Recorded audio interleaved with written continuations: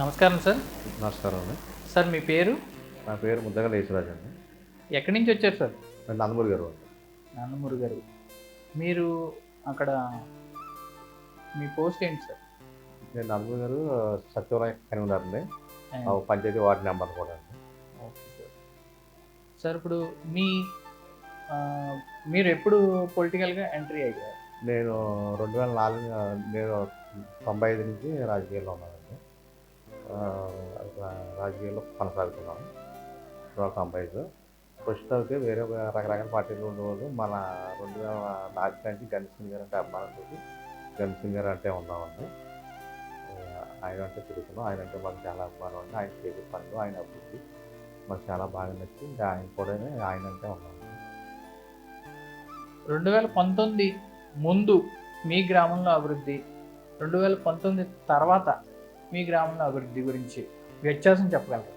2019 అంటే మాకేమి అభివృద్ధి ఏమి కనపడలేదండి. అప్పటి వరకు. అప్పుడు 2019 ఎలక్షన్ మా గణేష్ గారు వచ్చాక మాకు 40 లక్షల రూపాయలు రోడ్లు ఇచ్చారండి. 40 లక్షల రూపాయల రోడ్లు కూడా వేసామండి. వేసి మన ఎమ్మెల్యే గారు ఓపెన్ పెట్టాము.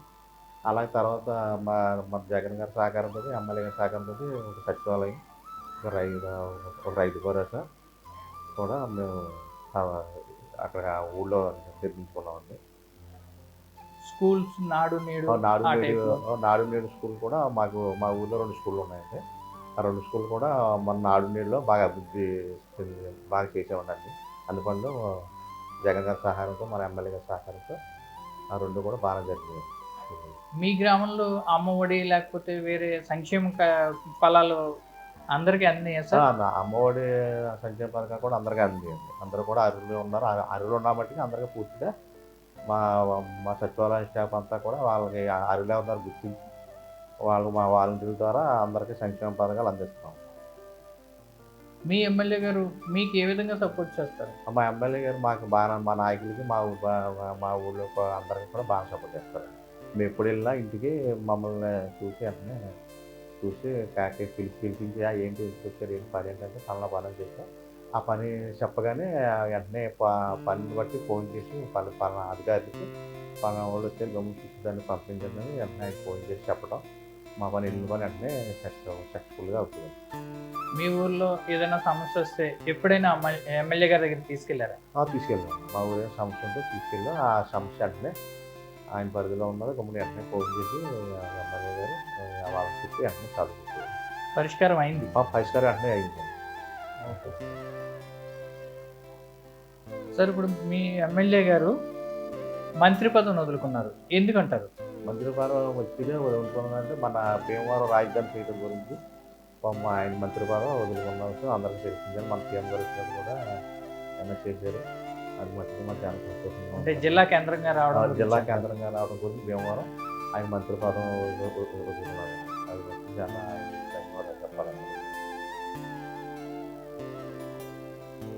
2014లో అంజబాబు గారు నిలబడుతున్నారు, గ్రెన్ శ్రీనివాస్ గారు నిలబడుతున్నారు. మీ గ్రామం నుంచి మీ ప్రజలు మీరు ఎవరికి సపోర్ట్ చేస్తారు సార్? 2024లో చెప్తాను. మాకు గణేష్ గారు అభివృద్ధి చేశారు కాబట్టి గణేష్ గారికి మేము, మా ప్రజలు అందరూ కూడా గణేష్ గారికి చేయాలని అనుకుంటున్నాం. ఆయనకి సపోర్ట్ చేస్తాం. సార్ మీ ఊర్లో ఉన్న జనాభా అంటే ఓట్లింగ్ ఎంత సార్? ఓట్లు 2050 అండి. ఇప్పుడు పెరిగినాయి 2150 దాకా ఉన్నాయండి. సుమారుగా 2150 దాకా ఓటింగ్. ఈసారి మీ ఎమ్మెల్యే గారికి ఎంత మెజారిటీ ఇవ్వగలరు? మెజార్టీ తీసుకొస్తే ఎక్కువ కష్టపడుతున్నామండి. మ్యాక్సిమం మెజార్టీ వస్తుందని అనుకుంటున్నాం. ఎంత వస్తుంది అన్నది చెప్పలేం. కానీ మా ఊరి మట్టికి మొత్తం ఎమ్మెల్యే గారికి ఎంతగానో మెజార్టీ తెప్పించడానికి ట్రై చేస్తున్నాం. మా నాయకులు, మా సర్పంచ్, మా వీర నాయకులు. Thank you sir. నమస్కారం సార్. నమస్కారం.